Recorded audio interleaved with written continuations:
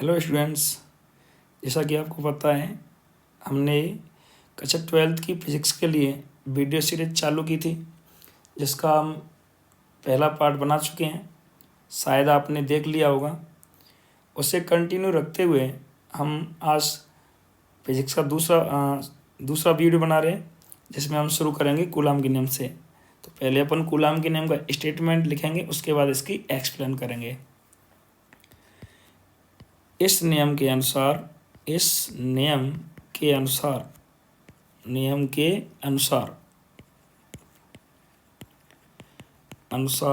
किन्हीं दो स्थिर बिंदुवत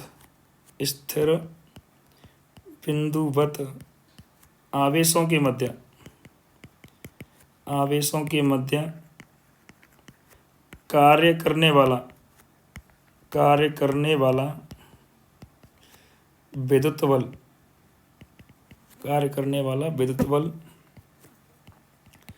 दोनों आवेशों के गुणनफल के समानुपाती होता है तथा उनके बीच की दूरी के वर्ग के व्युत्क्रमानुपाती होता है। दूरी के वर्ग के व्युत्क्रमानुपाती होता है, जैसा कि गुरुत्वाकर्षण के नियम में होता है। सिमिलर स्टेटमेंट है। हम मेन पॉइंट को अंडरलाइन कर लेते हैं।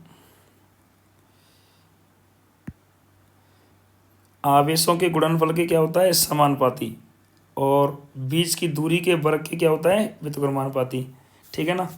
ये इसमें दो बातें हैं जिनसे अपन फॉर्मूला ड्राइव करेंगे। कूलाम ने बताया था कि दो स्थिर बिंदुवत आवेश हों कोई भी। पहला आवेश बिंदुवत Q1, दूसरा आवेश बिंदुवत Q2, और ये बिंदु A और B पर रखे हैं, स्थिर हैं, है ना। और इनके बीच की दूरी है R। तब इनके बीच में जो फोर्स लगेगा वो अट्रैक्शन भी हो सकता है और रिपल्सन भी हो सकता है, कोई सा भी हो सकता है। वो डिपेंड करेगा नेचर ऑफ चार्ज, आवेश की प्रकृति पर। ठीक है ना। ये दोनों आवेश प्लस के हैं तो उनमें प्रतिकर्षण होगा, दोनों आवेश माइनस के हैं तो उनमें प्रतिकर्षण होगा। लेकिन इन दोनों में से कोई एक नेगेटिव है और एक पॉजिटिव है। दोनों की जो नेचर है वो अपोजिट है, साइन है आवेशों की वो अलग अलग हैं, सिमिलर चार्ज नहीं है। एक प्लस का है, एक माइनस का है, तो उनके बीच में कौन सा बल कार्य करेगा? आकर्षण बल। समान आवेश होने पर प्रतिकर्षण और असमान आवेश होने पर आकर्षण बल कार्य करता है। ठीक है ना। तो अपन फोर्स का फॉर्मूला ड्राइव करते हैं। तो कूलाम के नियम में क्या है कि जो बल वो आवेशों के गुणनफल के समानुपाती हैं। तो यहाँ पे जो फोर्स होगा वो फोर्स प्रोपोर्शनल होगा आवेशों के परिमाणों के गुणनफल के। ठीक है ना। Q1 गुणा Q2 आवेशों के गुणनफल के समानुपाती होता है। और बीच की दूरी के वर्ग के क्या होता है? व्युत्क्रमानुपाती। बीच की दूरी के वर्ग के क्या होता है? व्युत्क्रमानुपाती। क्लियर है ना। F व्युत्क्रमानुपाती R² और F समानुपाती Q1 Q2। ये कूलाम के नियम के स्टेटमेंट के अकॉर्डिंग हमने दो इक्वेशन बनाए हैं। दोनों समीकरणों को अपन एक साथ लिखेंगे, समीकरण 1 व 2 से। तो F प्रोपोर्शनल किसके हैं? Q1 गुणा Q2 के। और व्युत्क्रमानुपाती किसके हैं? दूरी के वर्ग के। ठीक है ना। यहाँ अपन इस प्रोपोर्शनल के साइन को हटाएंगे, समानुपाती के चिन्ह को हटाएंगे, तो के कांस्टेंट लेते हैं, के Q1 Q2 अपॉन R²। ठीक है ना। इस फॉर्मूले से अपन कूलाम के नियम, इस फॉर्मूले को हम कूलाम के नाम से जानते हैं। ठीक है ना। और इससे अपन न्यूमेरिकल भी सॉल्व करेंगे। यहाँ पे के क्या होता है? यहाँ के होता है समानुपातिक स्थिरांक।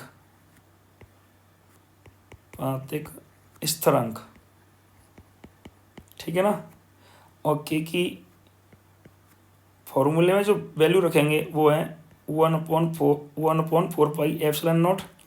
लेकिन न्यूमेरिकल वैल्यू होती है 9 × 10⁻9 Nm² न्यूटन मीटर स्क्वायर बटे कूलम स्क्वायर। ठीक है ना।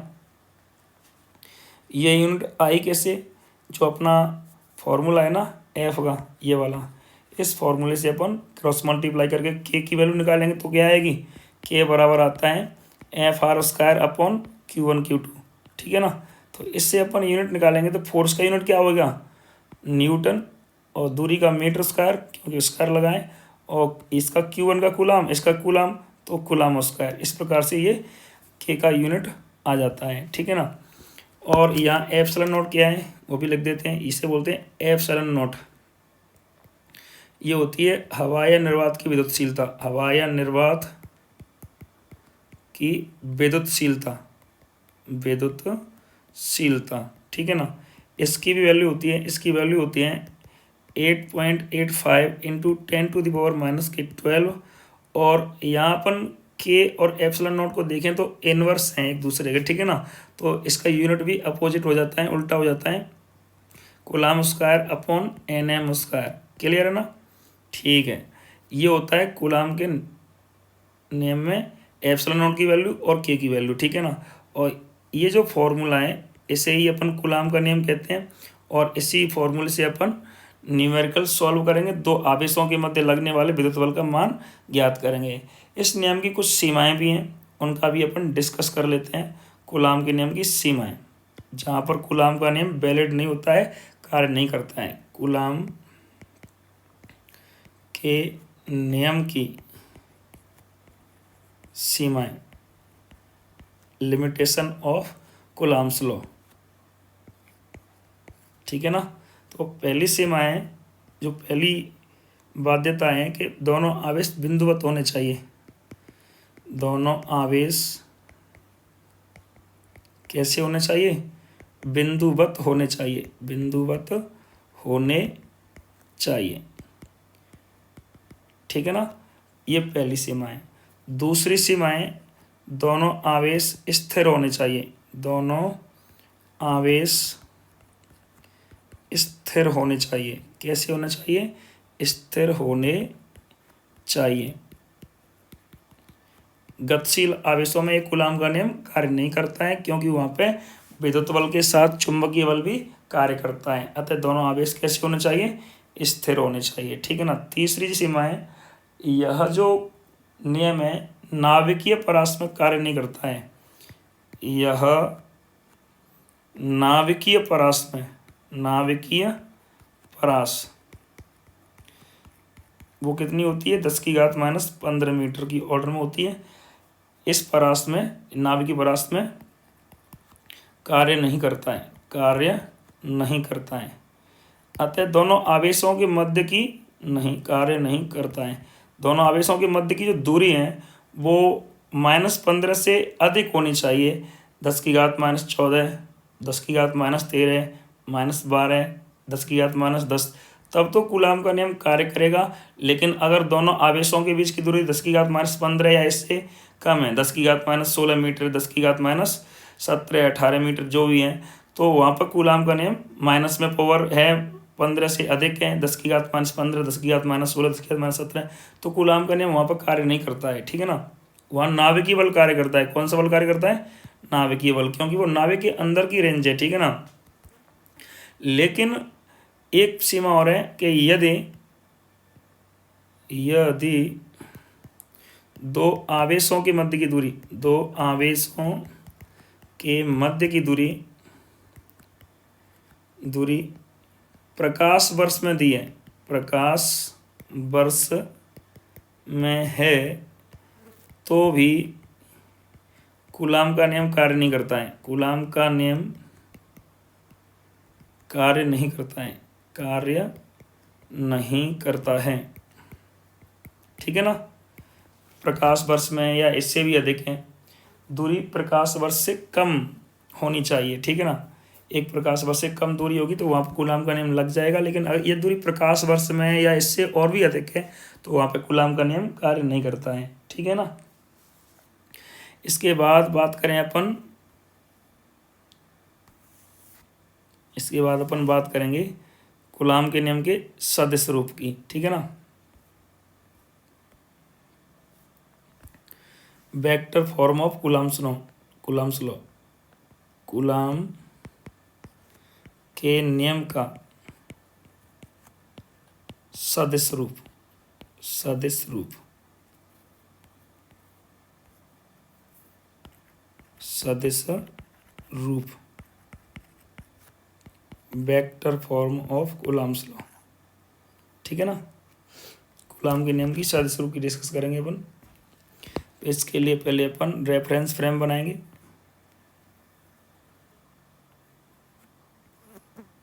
ये अपना एक्स एक्सिस और वाई एक्सिस है। इसमें अपन 2 पॉइंट चार्ज लेंगे Q1 और Q2। इनके ऑरिजिन के रिस्पेक्ट में जो पोजीशन वेक्टर हैं, स्थिति सदिश हैं, वो है क्रमशः पहले का R1 वेक्टर और दूसरे का R2 वेक्टर। ये स्थिति सदिश हैं Q1 और Q2 के, ठीक है ना।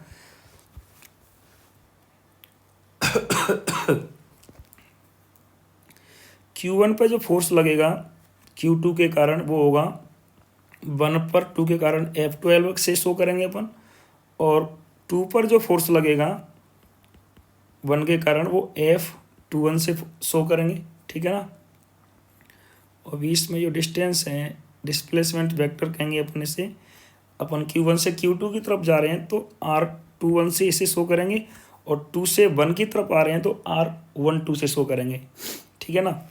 तो सबसे पहले अपन यहाँ इस फिगर को इस प्रकार से समझते हुए बनाते हैं। इसके बाद अपन त्रिभुज नियम के अकॉर्डिंग R21 वेक्टर जो डिस्प्लेसमेंट वेक्टर है उसकी वैल्यू फाइंड करेंगे। सदिश योग के, सदिश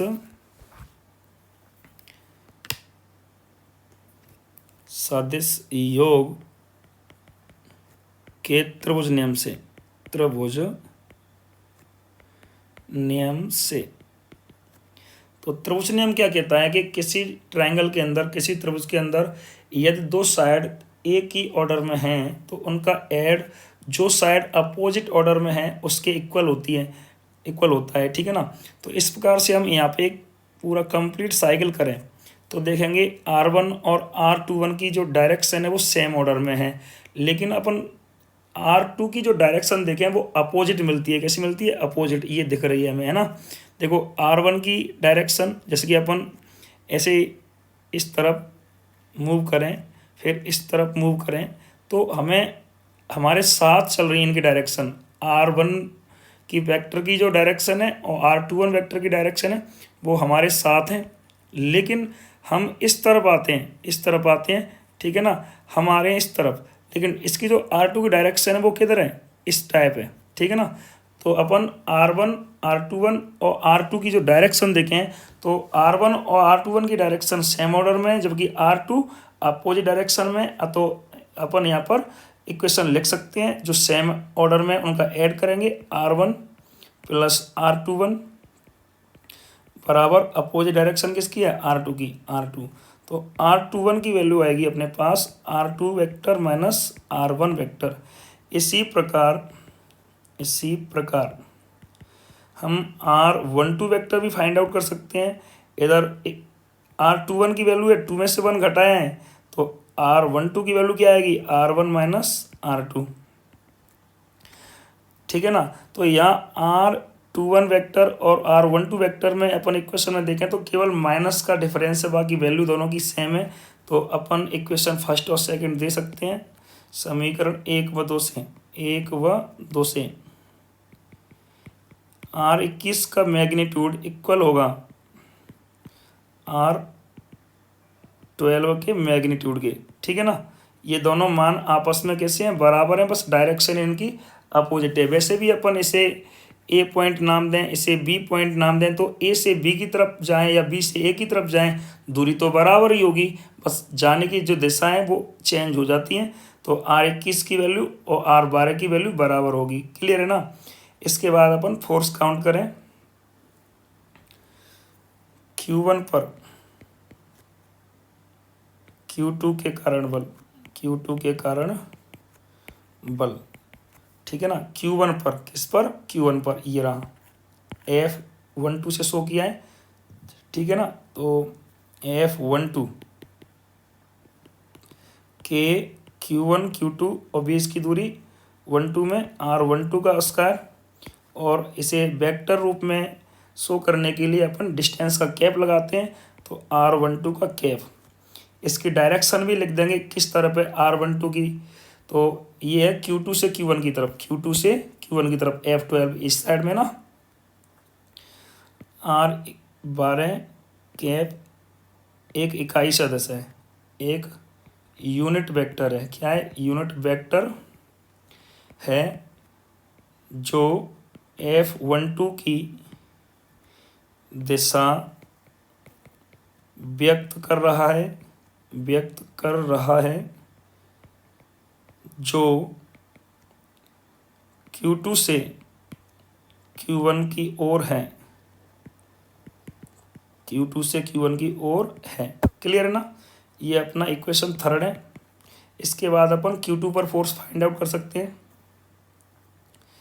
Q2 पर Q1 के कारण बल, Q1 के कारण बल, तो इसे लिखेंगे F21 वेक्टर इक्वल के Q1 Q2, दोनों चार्ज वही हैं। डिस्टेंस अब R21 का स्क्वायर आएगा और इसका कैप आएगा, ठीक है ना। यहाँ जहाँ R21 वेक्टर एक यूनिट वेक्टर है जो F21 वेक्टर की दिशा व्यक्त करता है, जो किधर है, फिगर में देखते हैं। F21 की इधर है ना, Q1 से Q2 की ओर, Q1 से Q2 की ओर है, ठीक है ना, की ओर है। ये अपना इक्वेशन 4 है। अपन इक्वेशन थर्ड और 4 का एनालिसिस करें तो के Q1 Q2 इसमें ऊपर है, के Q1 Q2 इसमें भी ऊपर है, ठीक है ना, दोनों में दे रखी है। और R12 की वैल्यू R21 की वैल्यू के बराबर है, और ये कैप वाली है ना, इनकी वैल्यू 1 होती है। तो कहने का मतलब ये है कि यहाँ समीकरण 3 और समीकरण 4 आपस में इक्वल हैं, कुछ भी इनमें इंक्रीज और डिक्रीज नहीं है, एक दूसरे से दोनों इक्वल है। केवल डिफरेंस है तो इनकी डायरेक्शन में R12 और R21 21 की जो डायरेक्शन है वो अपोजिट है। तो अपन समीकरण 3 व 4 से लिख सकते हैं, समीकरण 3 व 4 से F12 इक्वल है F21 के, लेकिन इनकी डायरेक्शन कैसी है, अपोजिट है, इसीलिए यहाँ माइनस लगाया है, ठीक है ना। लिख देते हैं, चूंकि R21 वेक्टर व R12 वेक्टर की दिशा ठीक विपरीत है, ठीक कैसी है, ठीक विपरीत है, एक दूसरे के, ठीक एक दूसरे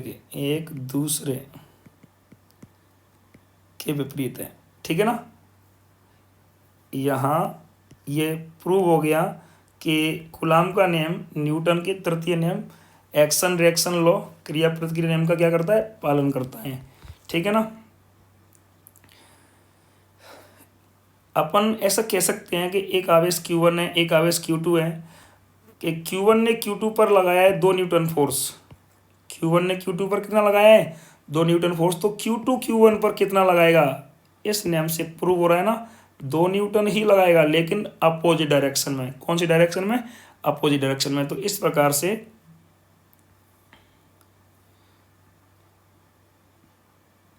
प्रकार से कूलाम के नियम का वेक्टर फॉर्म निकल आता है। एक बार मैं दोबारा से समझा दूं। सबसे पहले हमने ट्रायंगल लॉ यूज़ किया, R1 + R21 = R2 वेक्टर, यहाँ से R21 की वैल्यू आ जाती है। इसी प्रकार आर बारह भी ज्ञात करते हैं, दोनों बराबर हैं तो ये बराबर लिख लिया हमने, ठीक है ना।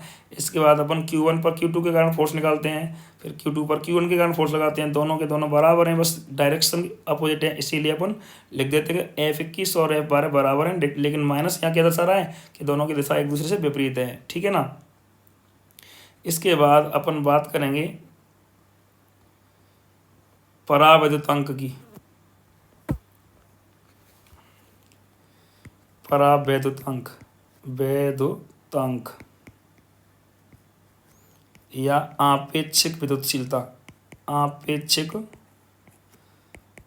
विद्युतशीलता या विशिष्ट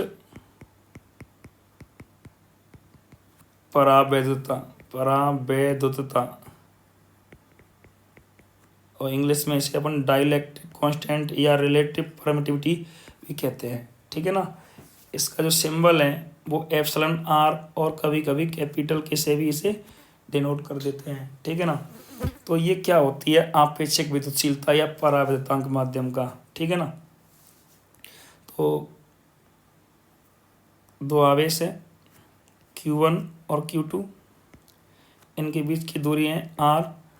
हम इन दोनों आवेशों के बीच में लगने वाले फोर्स का डिफरेंट मीडियम रखकर आवेशों के बीच में एनालिसिस करेंगे कि किस माध्यम को रखने पर फोर्स कितना आता है। तो सबसे पहले अपन हवाई अनुपात रखते हैं इन दोनों आवेशों के बीच में, फिर फोर्स को काउंट करते हैं और नोट कर लेते हैं।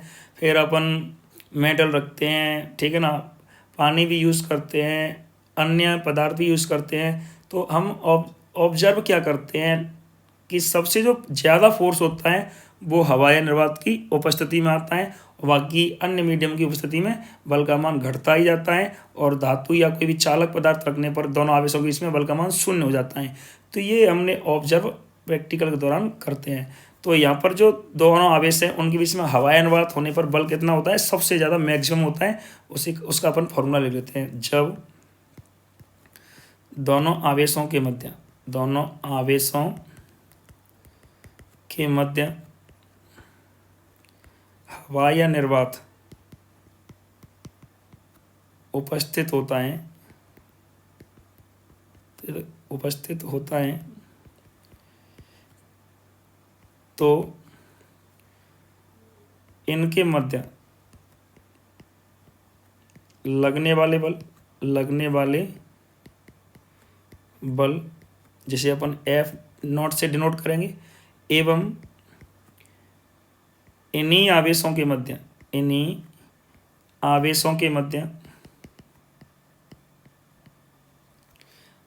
अन्य माध्यम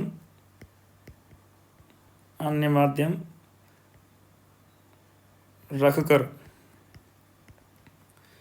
लगने वाले बल जिसे अपन FM से डिनोट करेंगे के अनुपात को, लगने वाले बल FM के अनुपात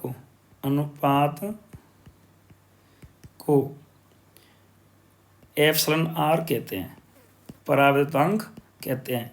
क्योंकि जो सबसे मैक्सिमम फोर्स होता है वो होता है F0।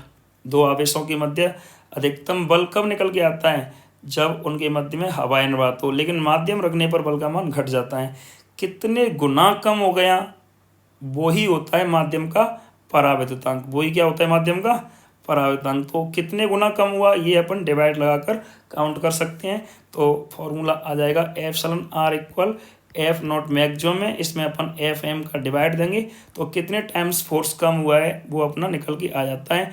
इसका कोई मात्रक नहीं होता, ये मात्रकहीन है, क्योंकि F और F दोनों फोर्स है तो यूनिट का दोनों के यूनिट कैंसिल हो जाएंगे। मात्रकहीन व विमाहीन, क्योंकि मात्रक नहीं है तो विमा भी नहीं होगी, विमाहीन राशि है, ठीक है ना। यहाँ F0 भी लिख सकते हैं। कूलाम का नियम क्या होता है, K Q1 Q2 upon R square होता है, K Q1 Q2 upon R square. K की वैल्यू अपन यहाँ ओपन कर सकते हैं 1/4 epsilon not Q1 Q2 upon R square, ये अपना F0 की वैल्यू है, ठीक है ना। इसके बाद अपन FM लिखें तो नॉट की जगह पर क्या लिख देंगे M मीडियम के लिए, तो एफ एम बराबर आएगा, तथा लिख रहे हैं अपन, एफ एम बराबर आएगा 1/4 pi epsilon M. Q1 Q2 charge वही है, डिस्टेंस वही है, ठीक है ना। तो एफ नॉट और एफ एम की वैल्यू अपन इक्वेशन फर्स्ट में रखे हैं, तो सब कुछ कैंसिल आउट होने के बाद निष्कर्ष निकल जाता है epsilon m upon epsilon naught, ठीक है ना। तो यहाँ से अपन एक डेफिनेशन और बना सकते हैं कि माध्यम की विद्युतशीलता और आव्हायनवाद की विद्युतशीलता के अनुपात को परावर्तनांक कहते हैं, ठीक है ना। इन दोनों के यूनिट सेम होते हैं, coulomb square upon N square. तो ये अपना मोस्ट टर्म है जो ज़्यादा से ज़्यादा यूज होता है आगे अदर इक्वेशन और हेडिंग में। यहाँ से अपन एप्सिलॉन एम की वैल्यू लिख सकते हैं। एप्सिलॉन एम जब भी हमें फाइंड आउट करना होगा तो क्रॉस मल्टीप्लाई करके लिख देंगे epsilon naught into epsilon r, ठीक है ना। ये टर्म बहुत ज़्यादा यूज होता है, ठीक है ना। इसके बाद बात करें अपन, कूलम के नियम की सीमा लिख ली, कूलम का नियम लिख लिया, परावर्तनांक लिख लिया। इसके बाद आता है कूलम के नियम पर आधारित एक एग्जाम्पल है, जिस एग्जाम्पल में हमें कंपैरिजन करनी है कि गुरुत्वाकर्षण बल और जो स्थिर वैद्युत बल है कूलम का नियम है, उनमें से कौन प्रबल होता है, कितना प्रबल होता है। तो एग्जाम्पल में क्या कहा गया है अपन वो लिख लेंगे। एग्जाम्पल है कि एक इलेक्ट्रॉन है, ठीक है ना, और एक प्रोटॉन है। एक इलेक्ट्रॉन है, एक प्रोटॉन है, उनके बीच में जो फोर्स लगेगा, दोनों ही फोर्स काउंट करेंगे, एफ इलेक्ट्रिक और एफ ग्रेविटेशन, गुरुत्वाकर्षण बल और विद्युत बल। दोनों फोर्सों में से कौन प्रबल है, पावरफुल है, वो देखना है हमें, और कितना है वो भी देखना है। तो पहले अपन एफ ही काउंट कर लेते हैं। इनके बीच की दूरी रखी है 1 एंगस्ट्रम, ठीक है ना, जिसकी वैल्यू मीटर में होती है 10⁻⁻10 मीटर। और इनकी जो चार्ज है वो हम पहले लिख चुके हैं। इलेक्ट्रॉन का जो चार्ज होता है वो होता है 1.6 10⁻⁻19 कूलम, ठीक है ना। और प्रोटॉन का जो चार्ज होता है वो भी सेम होता है 1.6 10⁻⁻19 कूलम, ठीक है ना। और डिस्टेंस दे रखी है 1 एंगस्ट्रम। तो अपन एफ ही काउंट कर सकते हैं के Q1 Q2 upon r square, ये अपना विद्युत बल ज्ञात करने का कूलम का नियम है, ठीक है ना। और इसमें अपन वैल्यू रखेंगे, के की वैल्यू होती है 9 × 10⁹। Q1 और Q2 की वैल्यू रखेंगे 1.6 10⁻⁻19 कूलम। Q2 की वैल्यू भी रखेंगे, प्रोटॉन और इलेक्ट्रॉन दोनों के आवेश लिख रहे हैं हम, सेम आवेश होते हैं। इसके बाद नीचे दूरी का वर्ग, तो दूरी अपनी 10⁻10 मीटर दे रखी है, ठीक है ना। इसका अपन स्क्वायर करेंगे 10⁻10 का स्क्वायर, दूरी का स्क्वायर है। इसे अपन जब सॉल्व करते हैं तो आंसर आता है 23.04 × 10⁻9 न्यूटन। ये इलेक्ट्रिक फोर्स अपना आ गया। दो इलेक्ट्रॉन और प्रोटॉन के बीच में कार्य करने वाला क्या है, ये वैद्युत बल है। अब इन्हीं दोनों पार्टिकल के बीच में हमें ग्रेविटेशन फोर्स फाइंड आउट करना है और उसकी इस एफ ई से कंपेरिजन करनी है। तो जो गुरुत्वाकर्षण बल के लिए हमें इनके मास चाहिए होंगे,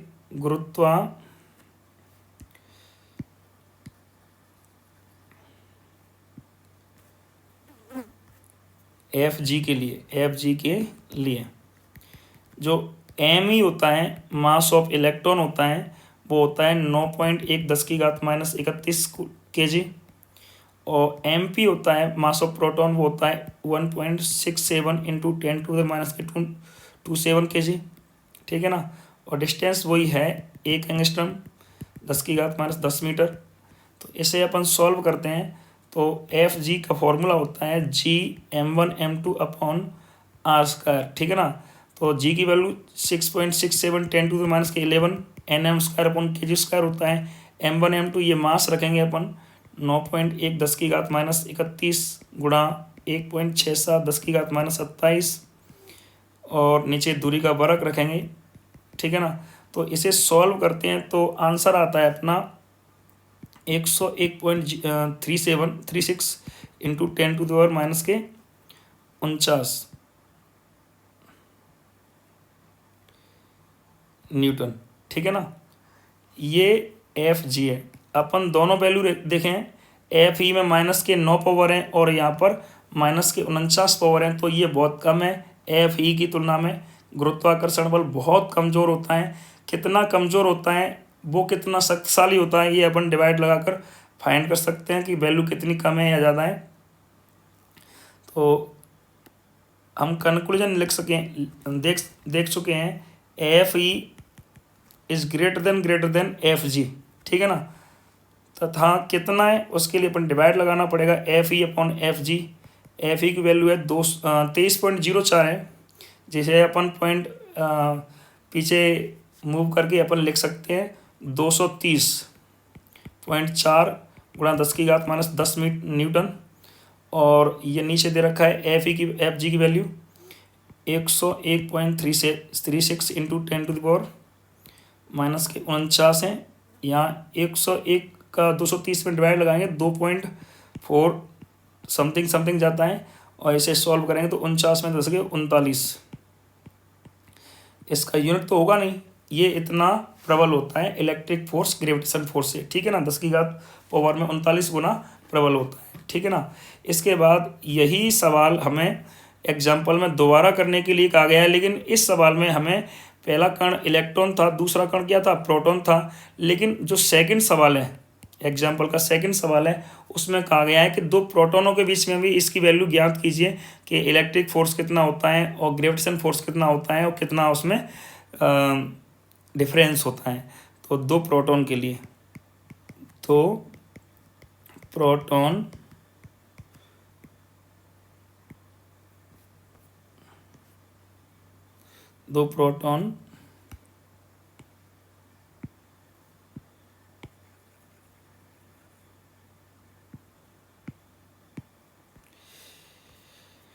दो प्रोटॉन के लिए,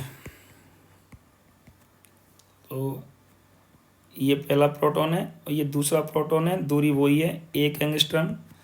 तो इन पर चार्ज सेम होता है, तो एफ ही निकालें अपन के Q1 Q2 upon r square. तो के की वैल्यू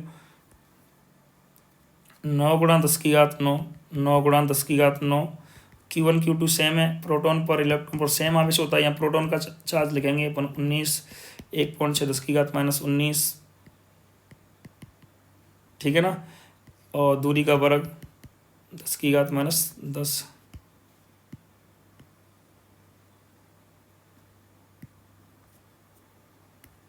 वर्ग। तो इसे सॉल्व कर दे तो आंसर पहले ही निकाल चुके हैं, 23.04 गुणा 10⁻⁻9 न्यूटन। अब हमें ग्रेविटेशन फोर्स निकालना है, तो एफ जी निकालेंगे अपन। तो G m1 m2 upon r square. G की वैल्यू फिक्स है 6.67 इंटू 10⁻⁻11। m1 m2 प्रोटॉन है दोनों, तो प्रोटॉन के अभी हमने पहले सवाल में इलेक्ट्रॉन प्रोटॉन थे, लेकिन इसमें प्रोटॉन है, तो प्रोटॉन की मास लिखेंगे 1.67 10⁻⁻27। 1.67 10⁻⁻27, नीचे 10⁻⁻10 का वर्ग। ठीक है ना, तो यहाँ पे इसे अपन सॉल्व करते हैं तो आंसर आता है 18.60 गुणा 10⁻, जैसे सॉल्व करेंगे अपन तो वो आता है 45, 10⁻⁻45 न्यूटन।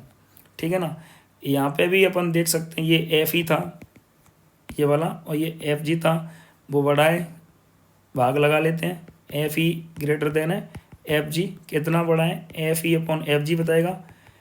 एफ ई अपना है 23.04 गुणा 10⁻⁻9 न्यूटन, और ये 18.60 गुणा 10⁻⁻45 न्यूटन। तो 18 का इसमें भाग जाता है 1.3। ठीक है ना, और ये 45 में तो 9 जाएंगे तो क्या हो जाएगा 36। ठीक है ना, ये इसका भी कोई यूनिट नहीं होगा। तो इस प्रकार से इलेक्ट्रॉन प्रोटॉन और प्रोटॉन के बीच में गुरुत्वाकर्षण और स्थिर वैद्युत बल की तुलना कर सकते हैं। ये अपना एग्जाम्पल था, 1.3 था शायद। ठीक है ना, इसके बाद एक एग्जाम्पल और है,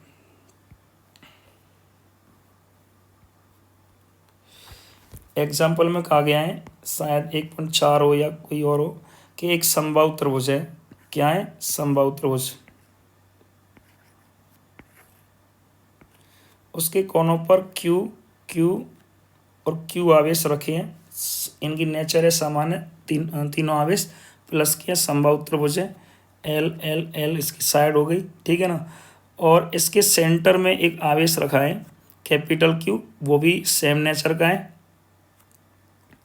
इस पर कितना फोर्स लगेगा वो काउंट करना है हमें।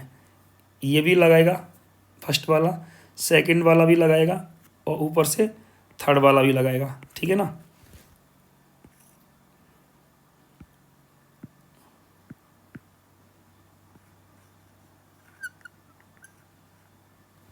ऊपर से थर्ड वाला भी लगाएगा, ठीक है ना।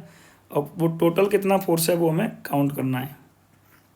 समबाहु त्रिभुज है, ठीक है ना। कौन सा त्रिभुज? समबाहु त्रिभुज।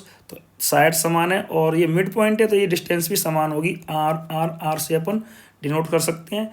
और वो चार्ज है कैपिटल क्यू। इस पर कितना फोर्स हमें काउंट करना है। क्यू के ऊपर, कैपिटल क्यू के ऊपर हमें फोर्स काउंट करना है। ये चारों आवेश है, समान नेचर के हैं, ठीक है ना। तो यहाँ पर अपन डायरेक्शन शो करते हैं। जो पहला वाला आवेश है ये Q1 है, मान सकते हैं Q1 की वैल्यू Q है। तो इस पर ये फोर्स लगाएगा F1, ठीक है ना। और ये अपना Q2 बराबर Q1 है, ये लगाएगा F2, ठीक है ना। और ऊपर वाला जो आवेश है इसे Q3 बराबर Q से शो करें, तो ये नीचे की तरफ लगाएगा F3। तीन फोर्स हैं, तीनों हमें ऐड करने हैं, लेकिन अपन पहले F1 F2 को ऐड करेंगे, फिर उसके बाद उसमें F3 को ऐड करेंगे, ठीक है ना।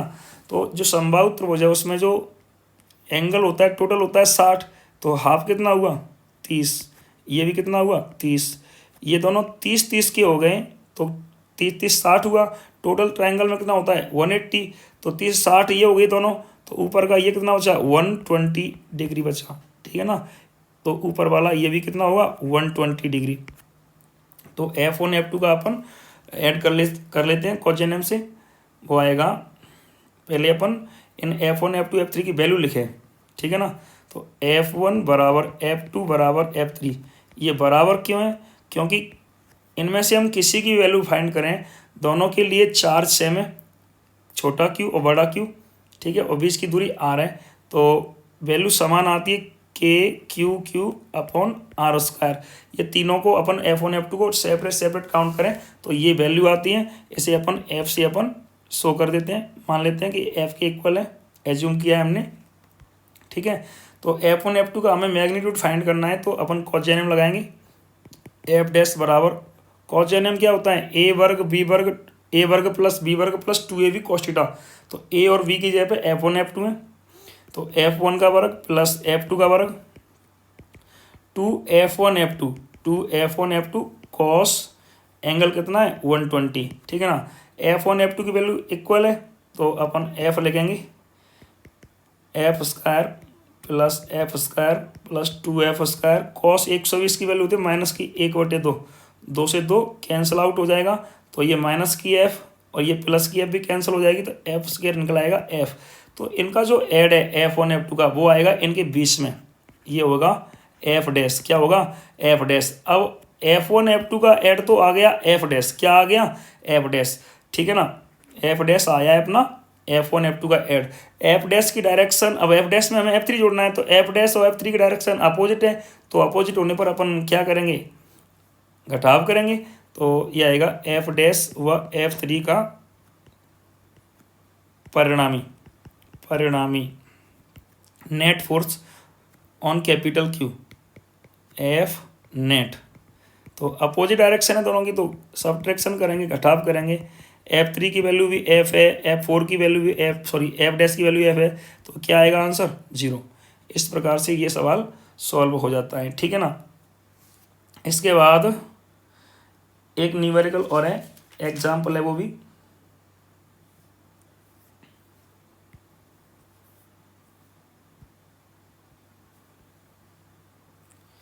एग्जाम्पल है, इस एग्जाम्पल में कहा गया है कि एक समबाहु त्रिभुज है, समबाहु त्रिभुज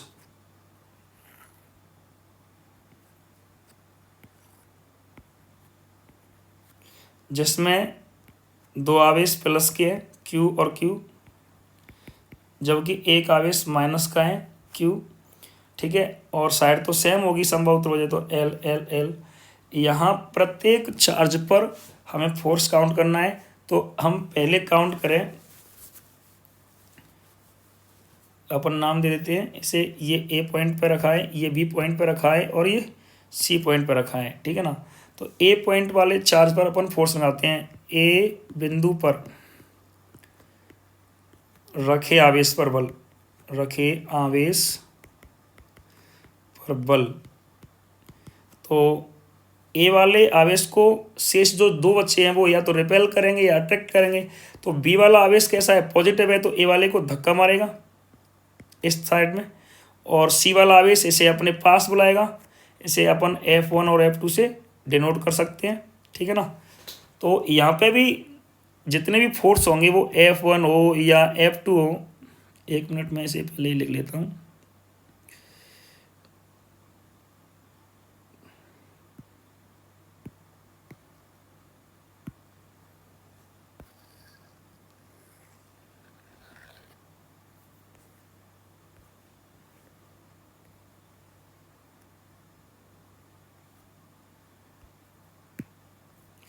F1 हो या F2 हो या F3 हो या F4 हो या F5 हो या F6 हो, हम दो चार्जों के बीच में फोर्स लगाएंगे।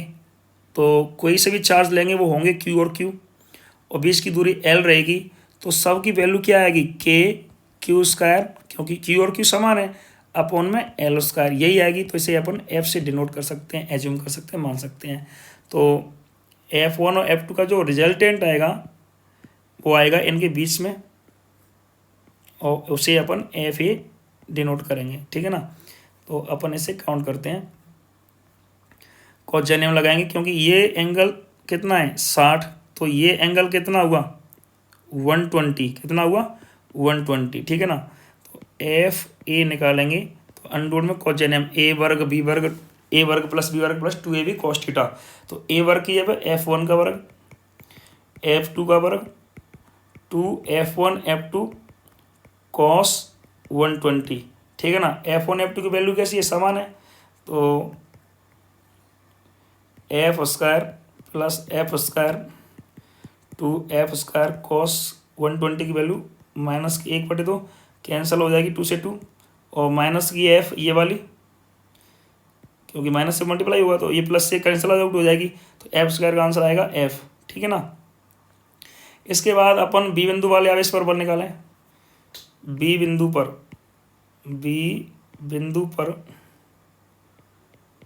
रखे आवेश पर बल, रखे आवेश पर बल, तो यहाँ अपन इसे डायरेक्शन में शो करें, तो बी वाले आवेश पर बल निकालना है, तो ए वाला आवेश इसे इस तरफ धक्का मारेगा, इस टाइप धक्का मारेगा, F3 फोर्स मान लो, और सी वाला आवेश बी वाले आवेश को अपनी तरफ खींचेगा, तो ये F4 हो जाएगा।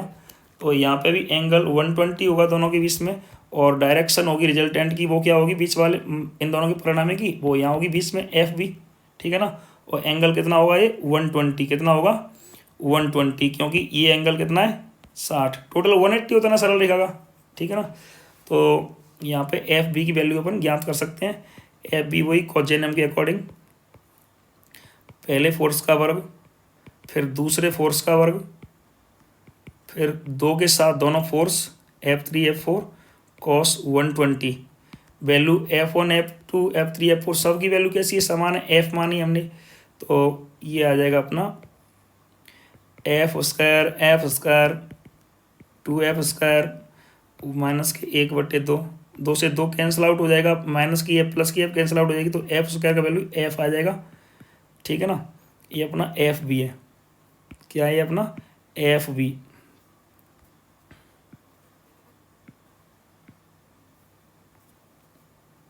ठीक है। इसके बाद अपन निकालेंगे सी बिंदु वाले आवेश पर बल। सी बिंदु पर रखे आवेश पर बल, तो सी बिंदु पर आवेश रखा है, उस पर बल निकालना है। तो फिगर में डिनोट करते हैं डायरेक्शन। सी वाला आवेश नेगेटिव है, सी वाला आवेश कैसा है, नेगेटिव। तो सी वाले आवेश को ए वाला अपनी तरफ खींचेगा F5 फोर्स लगाकर, और बी वाला आवेश अपनी तरफ खींचेगा इसे नीचे की तरफ F6, और इनके बीच में एंगल है 60। एंगल कितना है, 60। तो अपन फाइंड आउट कर सकते हैं FC, इनका जो रिजल्टेंट होगा वो 20 में आएगा, FC कहेंगे उसे अपन, FC। तो FC की वैल्यू आ जाएगी कॉस के अकॉर्डिंग, पहले फोर्स का वर्ग F5 का, फिर F6 का वर्ग, फिर 2F5 F6 cos 60। ठीक है ना, सबकी वैल्यू समान है, F लिखेंगे सबकी जगह पे। तो F² 2F² cos 60 वैल्यू 1/2, 2 से 2 कैंसिल आउट हो जाएगी, तो 1 2 3 फोर्स हो गए, तो 3F², F² बाहर आ जाएगी, तो F√3। ठीक है ना, ये यहाँ पर फोर्स आ जाता है। ठीक है ना, इसके बाद अपनी हेडिंग है जो नेक्स्ट हेडिंग है, ये तो कूलाम का नियम था, कूलाम के नियम पर आधारित बहुत सारे सवाल थे, और भी सवाल हैं, उन्हें अपन न्यूमेरिकल की जब टेस्ट सीरीज चालू करेंगे ना, तो उसमें डिटेल से सॉल्व करेंगे। अब इसके बाद अपन बात करते हैं इलेक्ट्रिक फील्ड की, विद्युत क्षेत्र की, विद्युत क्षेत्र, विद्युत क्षेत्र, इलेक्ट्रिक फील्ड, इलेक्ट्रिक फील्ड, जिसे अपन डिनोट करते हैं कैपिटल ई से, कैपिटल ई। ठीक है ना, तो ये इलेक्ट्रिक फील्ड क्या होता है वो अपन समझते हैं।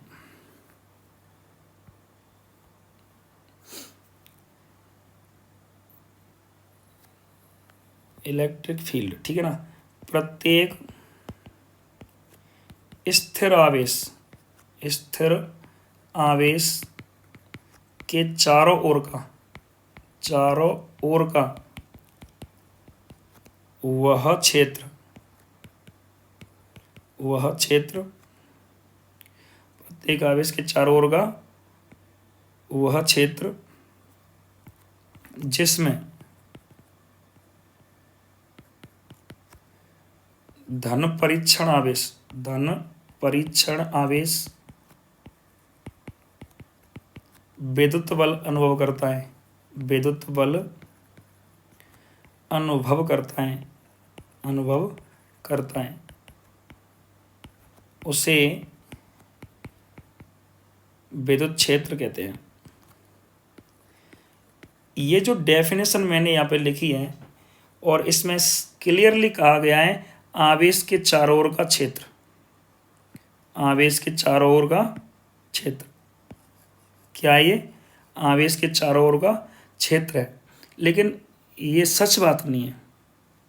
अगर इलेक्ट्रिक फील्ड स्पेस होता, फील्ड होता, विद्युत कोई जगह होती, तो सब जगह जो अन्य चार्ज है वो फोर्स, इलेक्ट्रिक फोर्स फील करते हैं। लेकिन विद्युत क्षेत्र कोई जगह नहीं है, ये भौतिक राशि है। क्या है, एक भौतिक राशि। ठीक है ना, जैसे कि एक स्टैटिक पॉइंट चार्ज है, ये कैपिटल क्यू आवेश है, इसके चारों ओर एक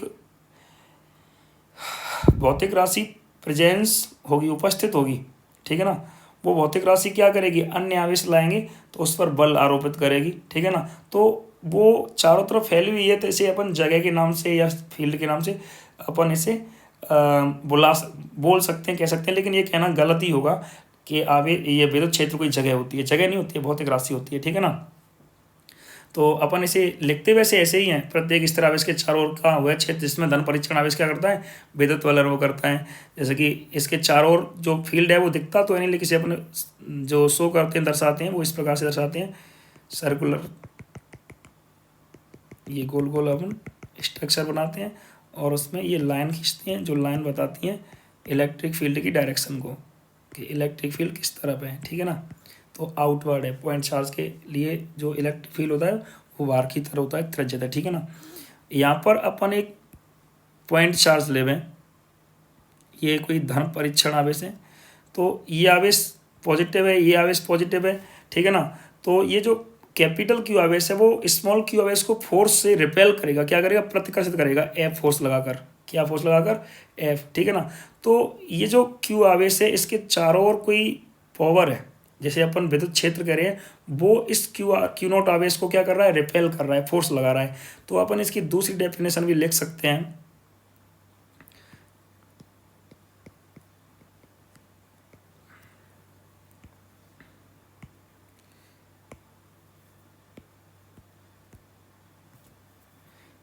प्रत्येक स्थिर आवेश के चारों ओर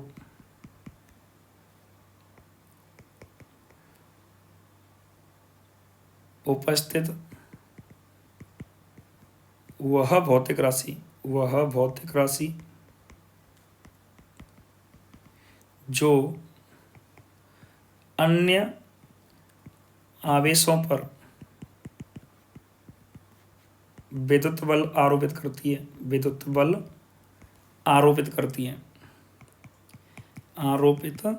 करती है, उसे विद्युत क्षेत्र कहते हैं। क्या कहते हैं उसे, विद्युत क्षेत्र कहते हैं। ठीक है ना। तो ये होता है अपना इलेक्ट्रिक फील्ड, जिसे अपन समझने के लिए मैं एक नॉर्मल सा एग्जांपल यूज करता हूँ कि कोई रूम है, ठीक है ना, उस रूम में अपन बैठे हैं तो नॉर्मली उस रूम में हमें कोई घुटन महसूस नहीं होगी, लेकिन यदि हम उस रूम में किसी जगह पर कोई पदार्थ जलाएं ज़्यादा मात्रा में तो धुआं होगा, वहाँ क्या होगा, धुआं होगा। धुआं से हमें घुटन फील होगी। क्या फील होगी, घुटन। ठीक है ना। तो कहने का मतलब ये है कि जब वहाँ पर हमने आग नहीं जलाई थी, रूम के अंदर आग नहीं जलाई थी, तब रूम के अंदर जगह तो थी, स्पेस तो था, लेकिन हमें घुटन फील नहीं हो रही थी। लेकिन जैसे ही हमने वहाँ पर क्या आग लगाई, कोई किसी पदार्थ को जलाया, तो उसमें धुआं होगा। धुआं की वजह से हमें क्या होगा, घुटन फील होगी। तो आग जलाने से धुआं फैला चारों तरफ, रूम के अंदर कमरे में फैला, उससे हमें क्या फील हुई, घुटन फील हुई। तो यह धुआं हमें घुटन फील करा रहा है। तो धुआं एक कोई राशि है जो हमें फोर्स अप्लाई करा है हमारे ऊपर। तो यह धुआं विद्युत क्षेत्र के समान हो गया और हम टेस्ट चार्ज के समान हो गए। हम किसके समान हो गए, परीक्षण आवेश के समान। तो जिस प्रकार धुआं हम पर फोर्स लगा रहा है, उसी प्रकार आवेश के चारों ओर कोई भौतिक राशि होती है जो अन्य आवेश पर क्या लगाती है, बल लगाती है, जिसे अपन विद्युत क्षेत्र कहते हैं। ठीक है ना। इसके बाद अपन बात करें इसके मैथमेटिकल फॉर्म की, तो उसे बोलते हैं विद्युत क्षेत्र, उसे बोलते हैं अपन विद्युत क्षेत्र की तीव्रता। जो इलेक्ट्रिक फील्ड है उसका मैथमेटिकल फॉर्म विद्युत क्षेत्र की तीव्रता कहलाता है। विद्युत क्षेत्र की तीव्रता, विद्युत क्षेत्र की तीव्रता, इलेक्ट्रिक फील्ड इंटेंसिटी, विद्युत क्षेत्र की तीव्रता। तो इसकी डेफिनेशन लिखते हैं। विद्युत क्षेत्र में एक कूलम आवेश पर लगने वाले विद्युत बल को विद्युत क्षेत्र की तीव्रता कहते हैं। विद्युत क्षेत्र की तीव्रता कहते हैं। Value of electric force on per unit charge in electric field is called electric field intensity. ठीक है ना। पर यूनिट चार्ज पर कितना फोर्स लग रहा है, विद्युत क्षेत्र की तीव्रता कहते हैं। इसे समझते हैं। ये प्लस क्यू आवेश है, ये विद्युत क्षेत्र शो कर रहे हैं हम, ये विद्युत क्षेत्र है। ठीक है ना। ये विद्युत क्षेत्र की डायरेक्शन है आउटवर्ड। तो यहाँ पे अपन कोई टेस्ट चार्ज ले रहे हैं। क्या ले रहे हैं, टेस्ट चार्ज। जैसे कि ये क्यू नॉट टेस्ट चार्ज है, तो ये प्लस क्यू आवेश है, इस टेस्ट चार्ज को रिपेल करेगा, इस पर फोर्स अप्लाई करेगा। क्यू नॉट पर कितना फोर्स लग रहा है, एफ फोर्स लग रहा है। तो अपन लिखेंगे क्यू नॉट पर विद्युत बल कितना है भैया, एफ। तो 1 कूलम पर विद्युत बल कितना आएगा, विद्युत बल वो आएगा, डिवाइड लगा देंगे एफ अपॉन क्यू नॉट। तो कुल मिला के अभी लिखा हमने, डेफिनेशन पढ़ी कि 1 कूलम पर जो फोर्स लगता है वही तो क्या कहलाता है, विद्युत बल, विद्युत क्षेत्र की तीव्रता कहलाता है। तो परिभाषा से 1 कूलम का जो फोर्स है उसे ही अपन इलेक्ट्रिक फील्ड की इंटेंसिटी कहते हैं, एफ अपॉन क्यू नॉट। ठीक है ना। सदिश रूप में लिखें, वेक्टर फॉर्म में लिखें, वेक्टर फॉर्म, ठीक है ना। तो वेक्टर क्वांटिटियों पर वेक्टर लगाएंगे अपन, ई वेक्टर बराबर आ जाएगा F vector upon Q not, ठीक है ना। इसके बाद इसका यूनिट लिखें, तो इसका यूनिट आता है फोर्स का न्यूटन, आवेश का कूलम, तो न्यूटन पर कूलम। एक यूनिट और है वो होता है वोल्ट पर मीटर। कैसे आता है उसकी डिस्कस भी करेंगे। यह सदिश राशि है तभी तो वेक्टर लगाया है, राशि सदिश है। राशि कैसी है? सदिश, ठीक है ना। प्लस के लिए इसकी डायरेक्शन होती है आउटवर्ड, आउटवर्ड, और माइनस के लिए इसकी डायरेक्शन होती है इनवर्ड, इनवर्ड, अंदर और बाहर, इसमें बाहर और अंदर। प्लस के आवेश के लिए विद्युत क्षेत्र बाहर होता है और माइनस के आवेश के लिए विद्युत क्षेत्र क्या होता है? अंदर होता है। किस क्यों होता है वो भी डिस्कस अपन करेंगे, ठीक है ना। इसकी विमा की बात करें, dimension of intensity of electric field, विमा, तो न्यूटन की विमा होती है बल्कि m1 L1 T-2, और आवेश की विमा क्या होती है? A1 T1, आवेश की विमा होती है A1 T1।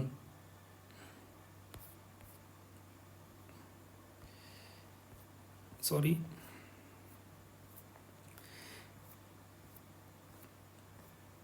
आवेश की विमा होती है A1 T1। थोड़ा नीचे चला गया, सॉरी।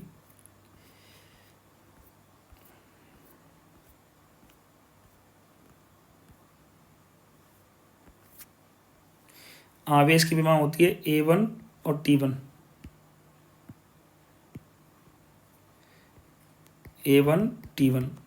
इसे अपन सॉल्व करेंगे तो ये आता है M1 L1 T कितनी हो जाएंगी? 3 और A-1। इस प्रकार से इसकी डायमेंशन आ जाती है। यहाँ पर अपन एक बात और डिनोट करते हैं, अगर कोई आवेश विद्युत क्षेत्र में रखा है, जब Q आवेश विद्युत क्षेत्र में रखा है, विद्युत क्षेत्र में रखा है, तो उस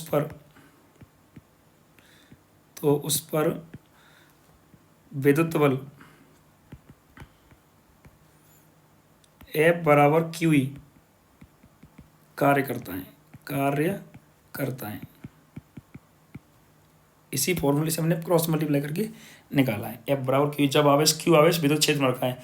लेकिन ये जो QE ये फोर्स है, ये इसकी डायरेक्शन की बात करें, यदि प्लस का आवेश है, प्लस Q आवेश पर बल E की दिशा में लगता है, दिशा में लगता है, ठीक है ना, और माइनस Q आवेश पर बल E के विपरीत लगता है, विपरीत लगता है। जैसे अपन फिगर से समझ सकते हैं कि ये कोई इलेक्ट्रिक फील्ड है, ठीक है ना, इलेक्ट्रिक फील्ड E है। इसमें दो आवेश रखे हैं, प्लस का Q और माइनस का Q। तो प्लस के Q पर F बराबर Q लगेगा, वो विद्युत क्षेत्र की तरफ लगेगा, लेकिन माइनस वाले आवेश पर जो फोर्स लगेगा वो अपोजिट डायरेक्शन में लगेगा, F बराबर माइनस के QE, ठीक है ना। इसके बाद जो अपना अगला टॉपिक है वो है विद्युत बल रेखाएं, जिसे अपन अगली वीडियो में डिस्कस करेंगे, ठीक है।